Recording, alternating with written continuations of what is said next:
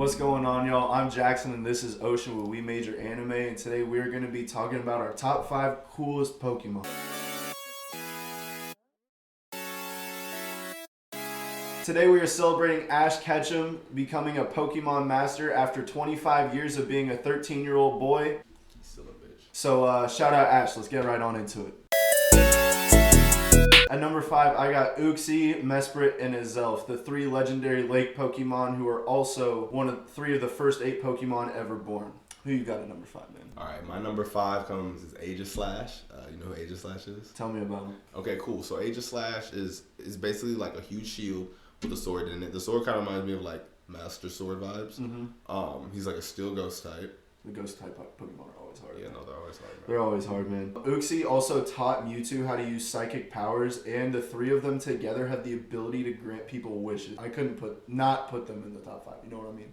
Yeah, it's funny you say that because like, shoot, fucking Aegis Slash would destroy all of them. if we battle, yeah, it would be over, bro. Yeah, good thing we're not talking about terms of power. No, yeah, no, you're right.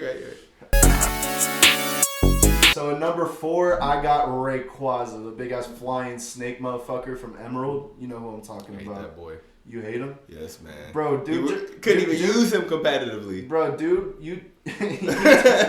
Too strong, bro. Nah, he's too strong, man. He turns into Mega Rayquaza and he'll just go up and blast a meteorite. Did you ever like catch him actually in Emerald?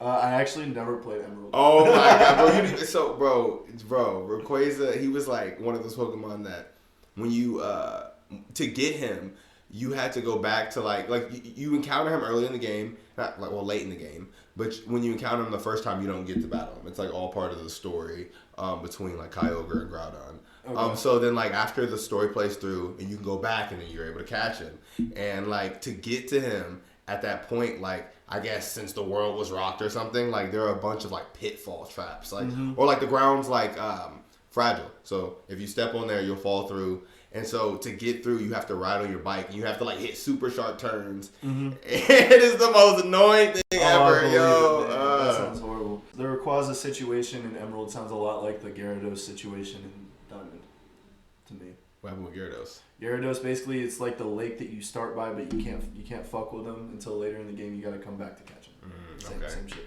Yeah, but it's easy to catch Gyarados though. I mean, it's somewhat hard because at the point in the game that you're at when you go catch Gyarados, you're not strong enough yet. Oh, so he wasn't me. He wasn't strong. I mean, personally for me, I speed run the game. I'm not like a grinder, get the highest level I can. I just try to speed run it. So. I'm just like a surgeon, bro. I'm just so precise with the Pokemon, man. It's scary. So who you got at number 4, bro? Shoot. All right, my number 4 is Grimmsnarl. He's a dark fairy type. He was introduced, I believe, in the last game, Sword and Shield, like the last mainline game.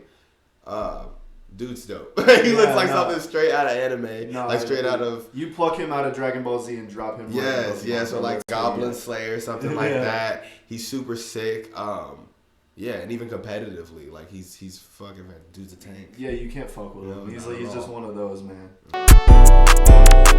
So at number 3, I'm going to go ahead and say Mewtwo. He's the most powerful Pokemon in existence. Telepathic, he can create storms of his own free will, and he's one of 2 Pokemon in the whole show who can talk. Telepathy, yeah, fuck that guy though. He could talk and use telepathy, bro. Like, Mewtwo's. Have you seen his calves, bro? Yes, bro. He floats. Jacked, this dude doesn't even walk, but those hoes are thick. He's buff, so swole for no reason. Like, straight hands, Mewtwo's mopping. And he's probably never walked a day in his life, and that's the crazy part. He don't even use his legs. No, bro, you just be levitating around. Crazy. Nobody's business. Looking like an airbender. It's Mewtwo. So what about number 3, bro? All right, number 3, fan favorite, definitely Gengar. Gengar. I mean, who doesn't? You know, pure ghost type, been with us since the beginning. I put him as my number 3 because I don't know, he's sick. If you play him in game, he's super fast, does a lot of damage. The dude floats, which I didn't know for a longest time. Like I thought it was weird because you have like his pre-evolved forms, Ghastly and Haunter, and they're kind of like spectral in a way or gas-like in a way. And then he seems more solid. So like if you see him in the show though, you're not expecting him to float around. No, or if you play him in like Legends Arceus, he floats around and like I don't know, bro. It's Gengar. No, that shit's cool as fuck. Have you seen him iced out? Rappers have made iced out chains, iced out Gengar. Have you seen that? Yeah, no, bro. No, there's a reason he's got to be up there, man. I get it. Yeah, he's the boy. coming in number 2, I'm actually going to say 2 Pokemon because they kind of coincide with each other. I got Dialga and Palkia. Dialga is a time god and Palkia is a space god. They're the cover of Diamond and Pearl. Dialga is said to be what the very base of a Pokemon should look like. He can control time. If he dies, time dies. And Palkia can basically create space portals and warp space. It's kind of crazy. He lives in a gap between dimensions. So like, which game did you get? Did you get Diamond or Pearl? My first one? Yeah. It was the one before Diamond and Pearl. I can't remember. No. Like when you chose, which one did you choose? Did you choose Diamond or Pearl? Oh, Diamond. Same. Palkia to me, like, it took me a while to like the design of Palkia. Because I was like, what the fuck is that? It's a little mouth. It took me. It was that motherfucker hard, bro. Yeah, no, now, when I got Diamond, like, I liked the Pokemon in Diamond too, so I'm not tripping, but looking back, I was like, I should have tried Palkia. Because he looked cool, actually. I was like, yo, and like, bro, Dragon Water type. Like, and if you take Palkia out, bro, like, that, like, even if you're trying to catch him, you take him out, you don't want to do that, bro, because then time's just going to stop. All right, my number 2 comes in a Darkrai. I feel like I like a lot of dark and ghost types. Yeah, no, they're hard, bro. They're hard. Pure dark typing. I don't know, man. Like, he's sick. His main thing about him is that, like, in battle, when you use him, he puts Pokemon to sleep, and he can go in their dreams. And he has, like, a banned move for a while because, like, his special ability, while you're asleep, it gives you bad dreams. And he feeds off of that, and he gains health. And so it's like, you use him in game, you put someone to sleep, you use the signature move to put him to sleep. And then, like, you heal, and you just do hella damage. Bro, that's crazy. And he's sick. I don't know, man. He's just figure, like, he's just cool as hell. Damn, yeah, no, that's hard body, man. Yeah. And so, coming in at number 1, the coolest, most badass Pokemon of them all, Squirtle. You be ashamed of yourself. Nah. You be ashamed. Here's why I got Squirtle. Number 1, bro. He's the squirrel turtle. No, listen, man. Listen. First of all, they wear sunglasses, which automatically makes them cool. You've seen the cool emoji, fucking sunglasses, that's all it is, bro. Secondly, what other Pokemon have you seen that organize within themselves and literally create gangs, bro? Pikachu got jumped by 5 Squirtle, man, I'm bro. not with the gang violence, bro. I'm not with the gang violence either, but they created a whole organization. Like, what other Pokemon you see that is smart enough to organize within themselves? He did leave his homies, though. Just the leader. I don't know, bro. I don't know. Hey, Squirrel might be fake. He went and got that bag for Ash, bro. And we're celebrating Ash, man. So I'm putting Squirtle at number 1.